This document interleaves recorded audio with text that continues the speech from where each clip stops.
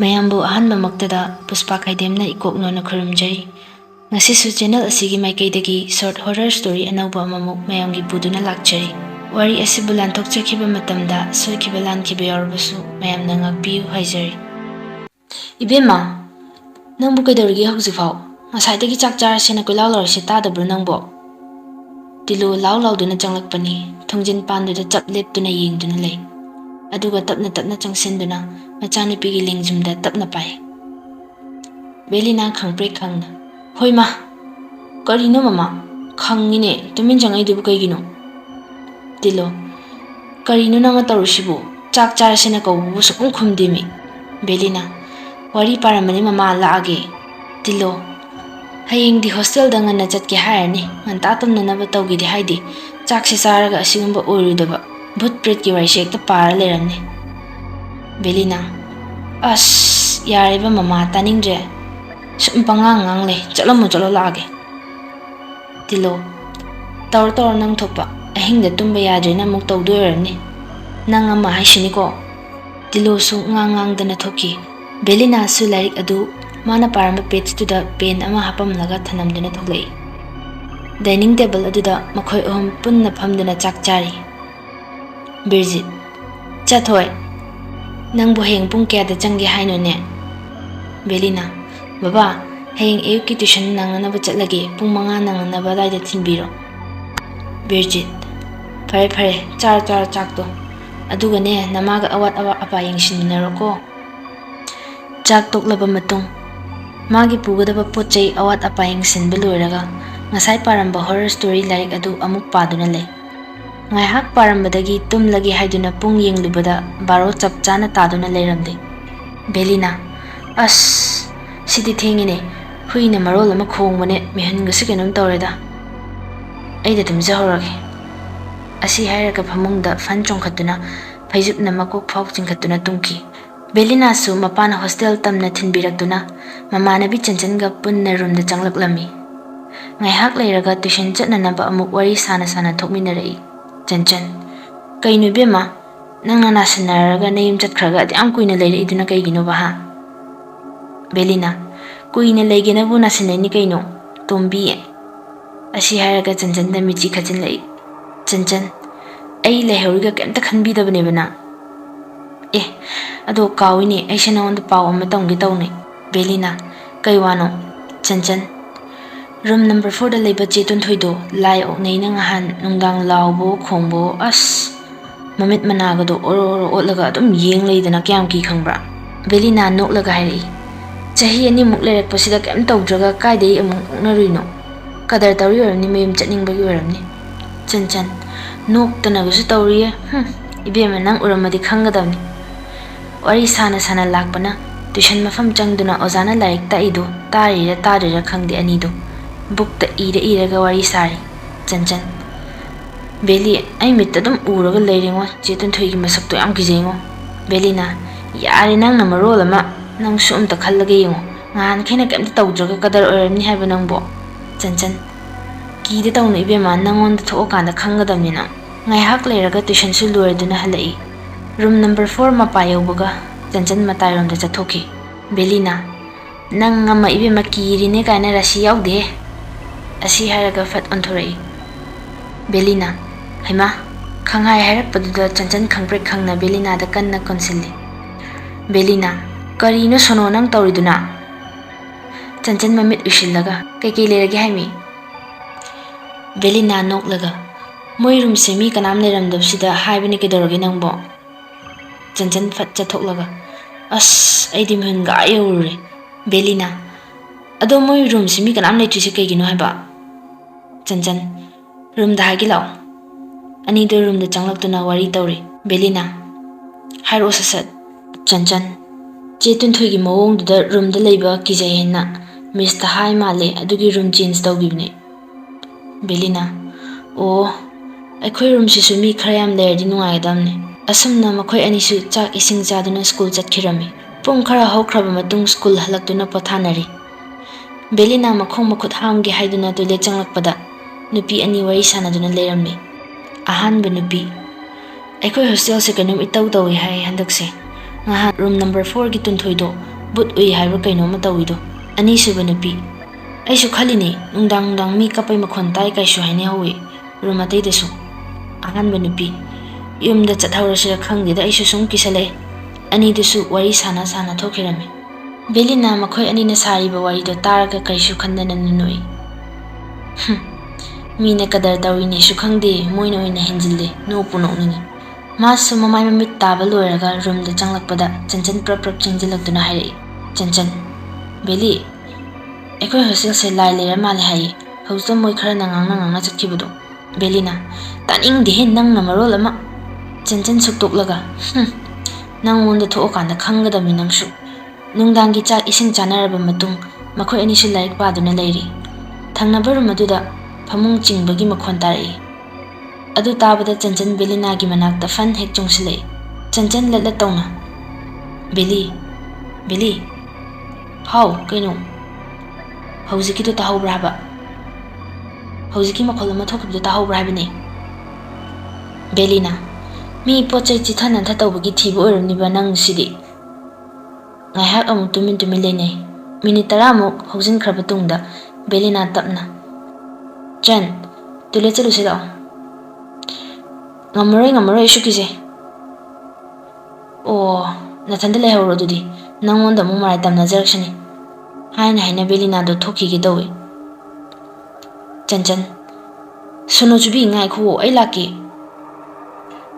toilet ta hek changlakpaga mai dusu tanja chana mutki chanchan kina Belina da konsinduna lei animak ngaihak amamba maraktuda tumina leptuna lei amamba maraktuda kanagumba amana changlakpagi sandal makhol ama taraklammi imamambanina changlaklidu kananu su khangdi animak wangangdana tumina leptuna lei toilet ta changlakliba adu washroom da changkhibagi makhon tai thong dusu makhon thokna bhang lawn thingjinki ani do khangpret khangna konsinne chanchan tumina hawziki to kana orizano Belina khangde ekhoi phau mamba sida udana tholuk to bilei aduga yam thongna phana mathantaga amamba sida lai sibu kana orizano haina mai dusu amuk phatlawn lai ani do changsinduna washroom da changkhriba du kananu haini yengi adubu kanasu leiba ude thong makai su loina hangdoktuna lerami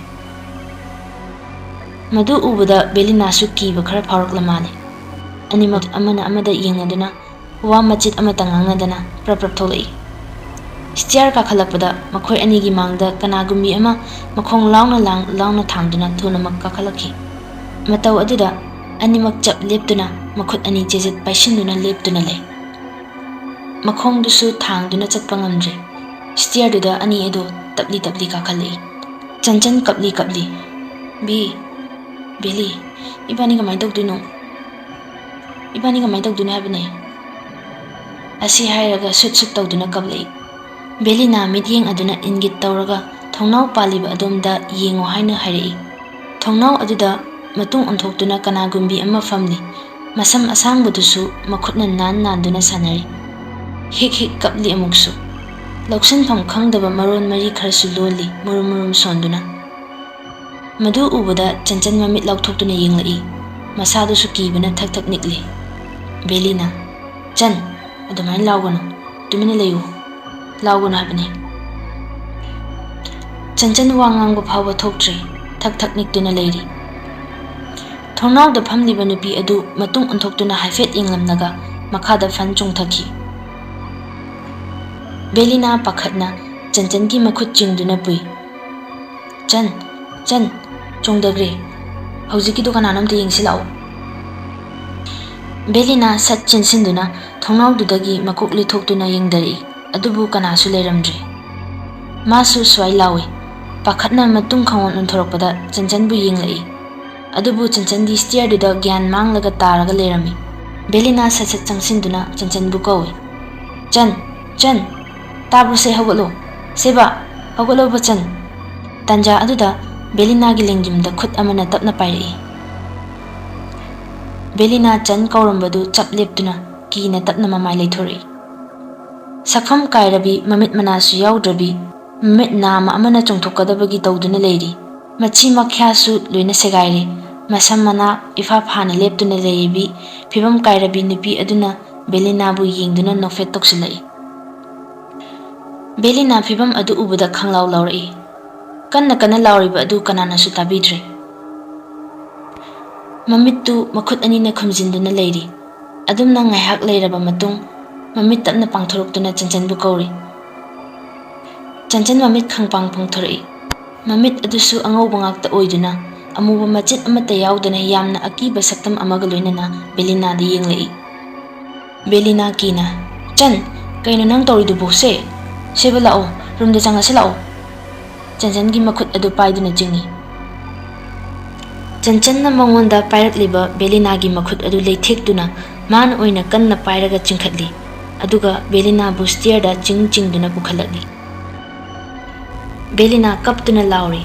Kana lege ai bom takan biyo. Ima. Phana kanna lauri ba adu kana amantana tabidre.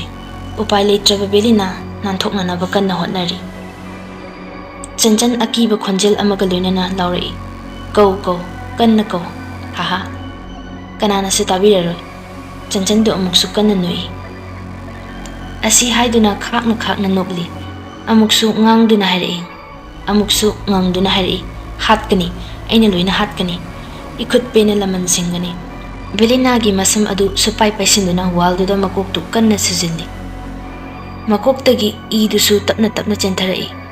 Nanthoknabasu kanna hotnari. Belina yam wana sonthangna hairi. Nang kanano? Karigino aibu phariba. Hayo, nang kanano? Hairiba lauriba mayam adu Chanchan kari mata na chungdana. Belina bu amuk soro chingkhatuna top floor tamna pukhalai. Aduga laktana mu inthui. Belina masadusu gyan tajai. Kibada kokta sokpaduga yamna wana masadusu hogatnanaba hotnai. Chanchan thongnau paliba adugi manakta chinsinduna window gi glass adu thugaiduna likli machit ama khungatuna masa manthada panglenda lenthetjai. Amuksu kanna kapi amuksu kanna nokli. Chanchan, Beli, ai bom takallo, ai yam kiye, ai bom takan biyo. Makhut masa adusu likli machetuna panglenda lenthatjari. Gyan men tadana lenbagi matat tattuna maya kare. Belina busu kauduna kapli. Belina sitlaga tapna changsinduna. Chanchan, se thado, kaino nang toridubu, se thado ba.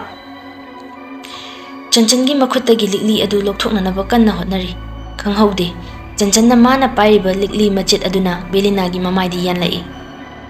Ima, Belina phamthaduna mamaidu khumduna chaina khangna chakna kapli. Adu uraga Chanchan amuk kanna noklai. Chanchan, hatkani, loina hatkani.